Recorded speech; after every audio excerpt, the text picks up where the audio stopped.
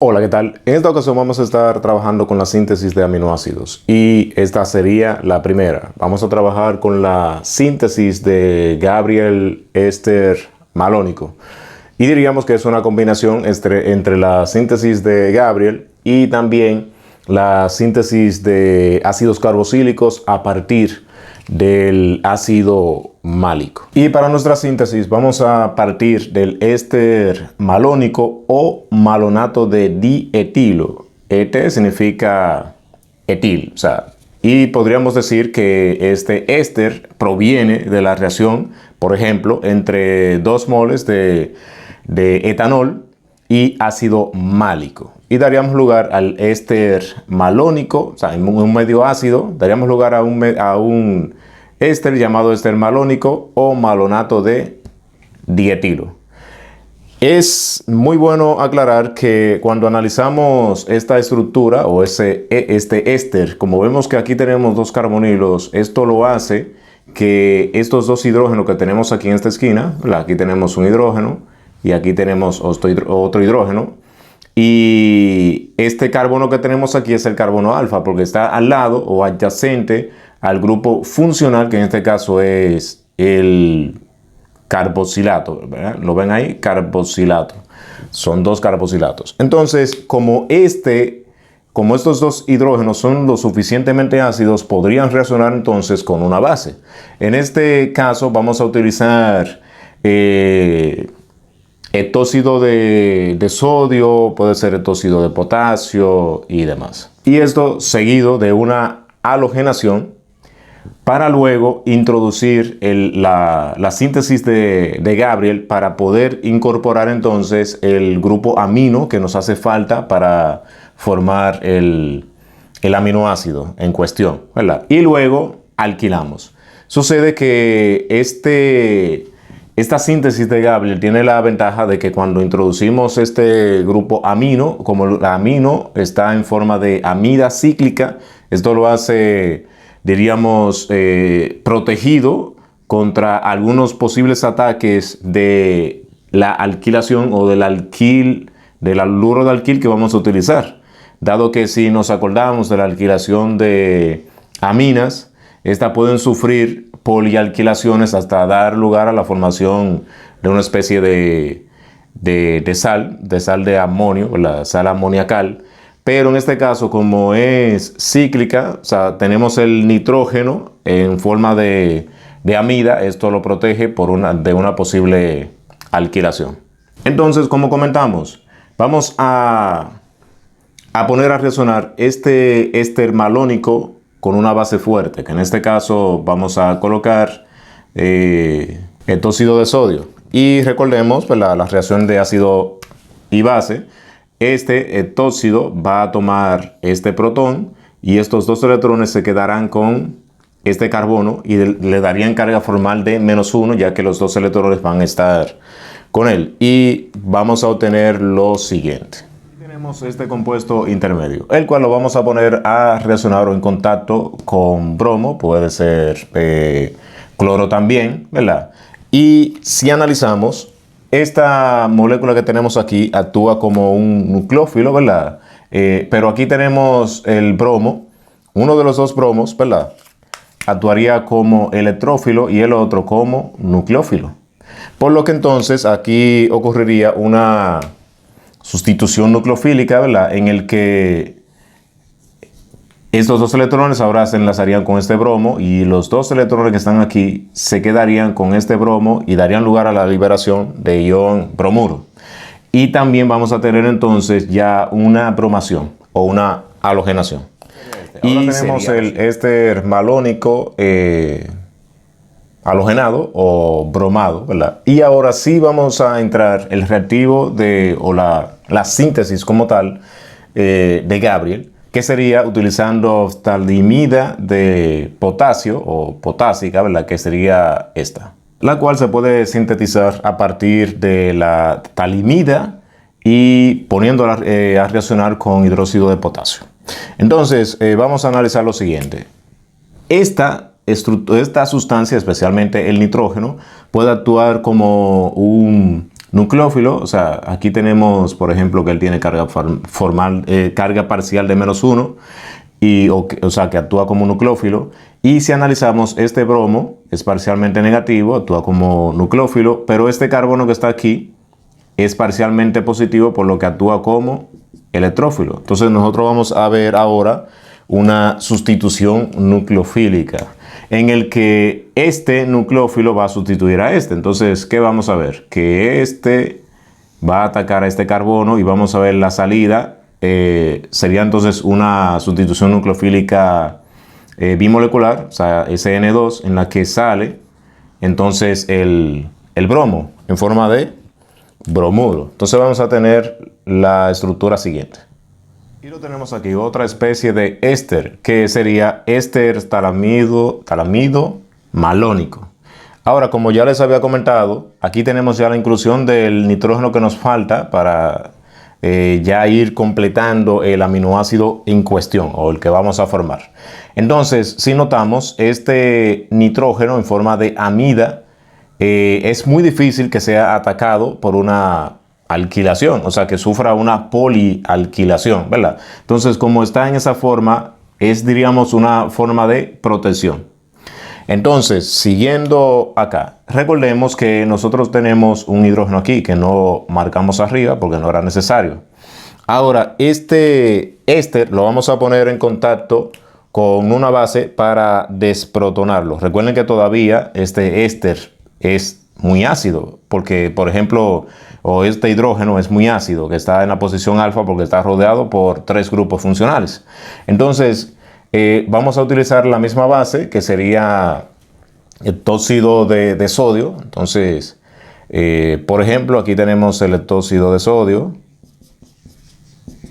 que va entonces a tomar este hidrógeno, y vamos a ver cómo este carbono ahora se carga de manera negativa, o sea, -1, o carga formal de -1, y tendríamos lugar entonces a la formación de este anión.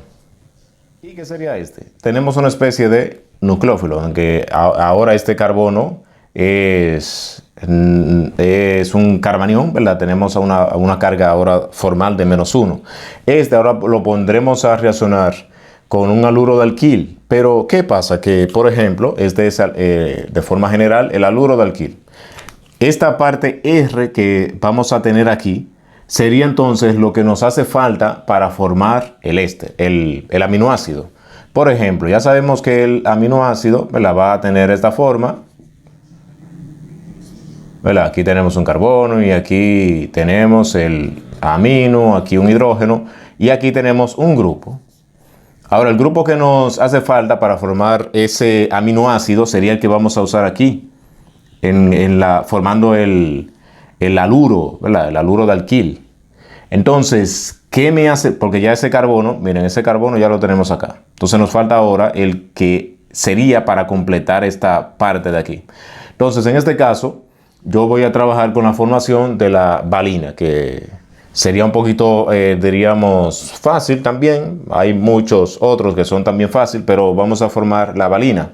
O sea que para yo formar la valina, tendría que usar, por ejemplo, sería un isopropil, ¿verdad? Un isopropil, ahora diríamos que usamos bromuro de isopropil, por ejemplo, ¿verdad? Entonces, ¿qué vamos a ver? Entonces, ¿qué vamos a ver? Una sustitución nucleofílica. Vamos a ver lo mismo que hicimos acá. Entonces, ¿qué usted va a hacer? Lo único que aquí se vio al revés. Aquí vamos a verlo desde el carbono, ¿verdad?, que fue atacado. Entonces, vamos a ver cómo este carbono ataca a este otro carbono, que recuerden que ese carbono que es parcialmente positivo y este bromo parcialmente negativo. Entonces, vamos a ver cómo estos dos electrones ahora se quedan con el bromo, formando entonces ion bromuro. Y dando lugar entonces ahora a casi el aminoácido que estamos buscando. Y ahora este éster que tenemos aquí lo vamos a hidrolizar. O sea, vamos a ponerlo en un medio ácido donde vamos a ver aquí el hidrógeno, ¿verdad? Entonces analicemos. No es que vamos a hacerlo no vamos a hidrolizar todas las partes que se van a hidrolizar, sino que lo vamos a comentar cómo es que ocurre.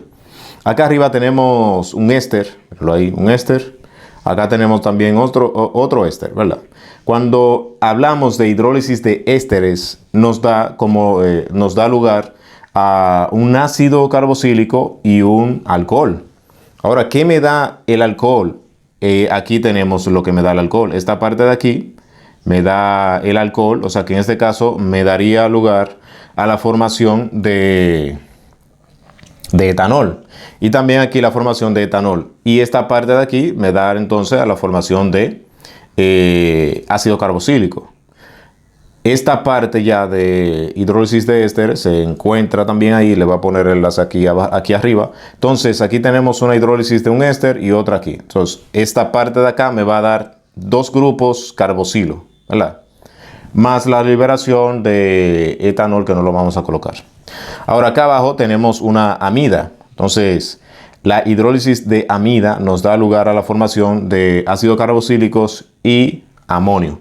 O sea que esta parte de aquí me va a dar una forma de amonio. O sea que vamos a ver cómo acá vamos a ver una ruptura en la que esta parte de aquí nos da un ácido carboxílico y esta parte de aquí, ¿verdad?, me va a dar el grupo amonio. O sea que para que sea así me va a dar entonces 3 adiciones de hidrógeno. O sea que me va a dar amoníaco, diríamos, ¿verdad?, de este lado. Y este grupo se queda igual. Entonces vamos a ver cómo es que ocurriría, o sea, cómo serían las estructuras, ¿verdad? Y ya lo tenemos aquí, tenemos la formación de ácido ftálico, mírenlo aquí, y por lo que les había comentado acá, ¿verdad?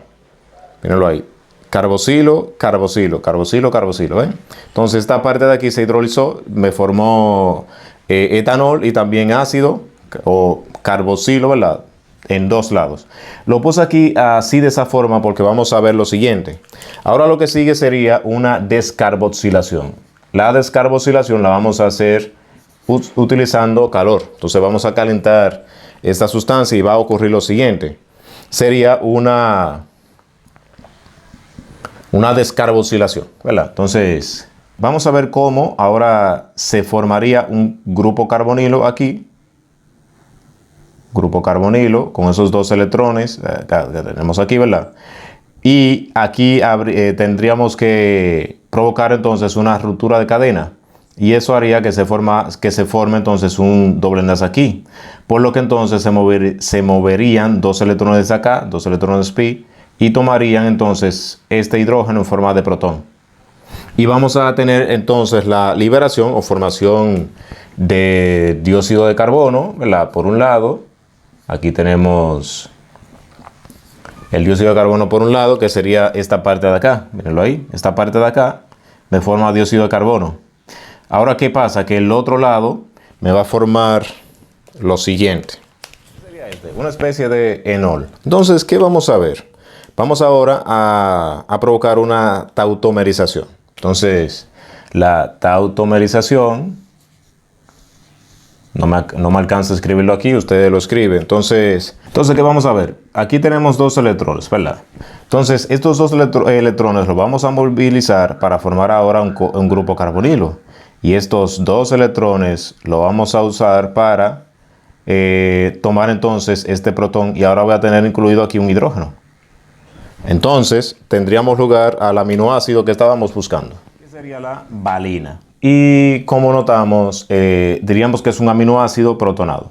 Ya su desprotonación la eliminaríamos a través de una neutralización en la que ya tendríamos la valina desprotonada, ¿verdad? Porque esa es su forma ácida. De una forma ácida la podríamos llevar a su forma neutra. Y como vemos, el proceso no es tan difícil, ¿verdad? Esta parte de aquí que les expliqué de la hidrólisis, usted en su casa la puede... Es interesante, pero yo en este caso no la voy a hacer para que no se haga tan extenso, ¿verdad?, el tiempo. Y recuerden que este es el ácido ftálico y esta es diríamos, un ácido carboxílico, ¿verdad?, o dicarboxílico. Y luego este es descarboxilado en calor, usando aproximadamente 120 grados Celsius, se libera dióxido de carbono, ¿verdad?, en forma de gas. Y aquí tenemos entonces el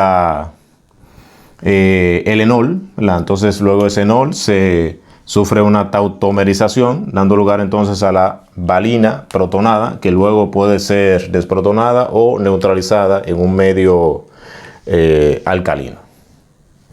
Para el siguiente vamos a trabajar con la síntesis de Strecker, donde es un poquito más extenso, pero a la vez es mucho más sencillo que este que vemos aquí.